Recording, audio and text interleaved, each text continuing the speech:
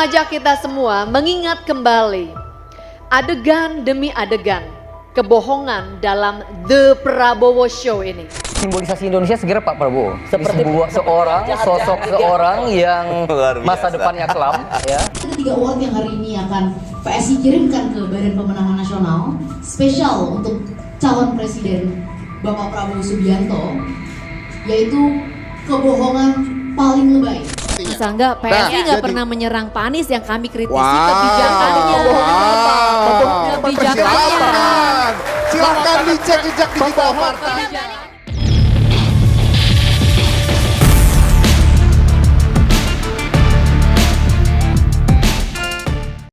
Bro dan sis yang saya hormati, ada gejala politik yang sangat mengkhawatirkan.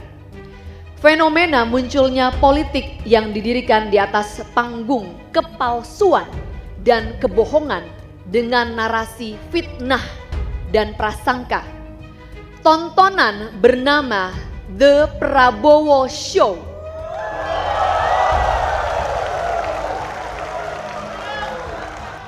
Saya ingin mengajak kita semua mengingat kembali adegan demi adegan kebohongan dalam The Prabowo Show ini. Juli 2018, Prabowo 2 kali melontarkan tuduhan tanpa dasar. Dia menyebut selama 5 tahun terakhir kurang lebih 50% rakyat Indonesia tambah miskin.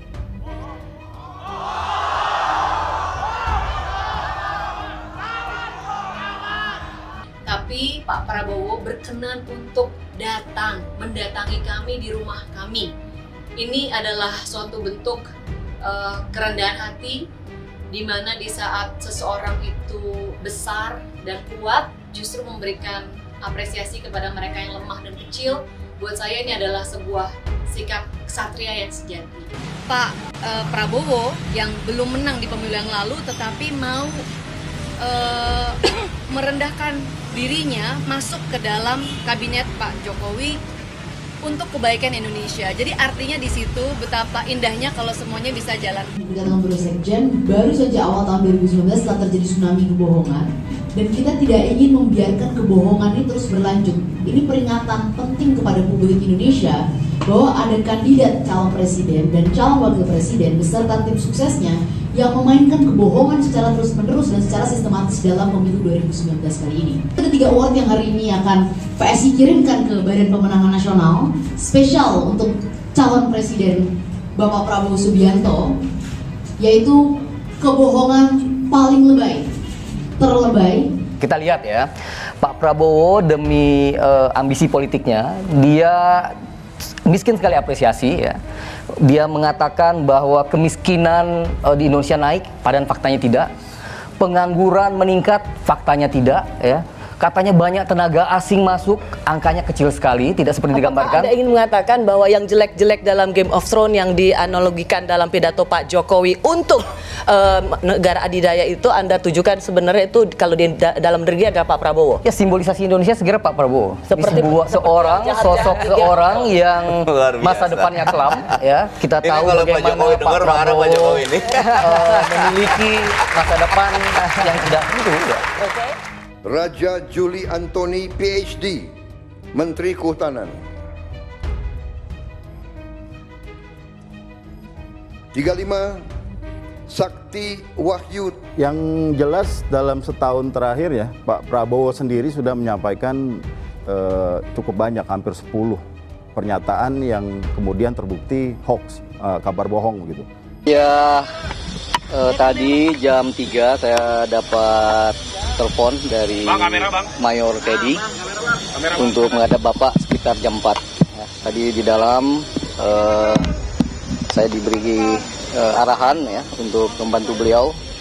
Namun untuk etisnya saya kira nanti beliau yang mengumumkan di posisi apa saya bisa mengabdi pada bangsa ini. Yang paling penting menurut saya semakin jelas juga bagi para menteri, paling tidak bagi saya, visi, misi, goals, orientasi Pak Prabowo dan Mas Gibran itu kemana ya. Ya banyak sesi yang kita berdialog langsung dengan Pak Gibran sehingga jelas ke depan orientasi pemerintahan Pak Prabowo Gibran ini adalah kesejahteraan rakyat, dan kemandirian bangsa.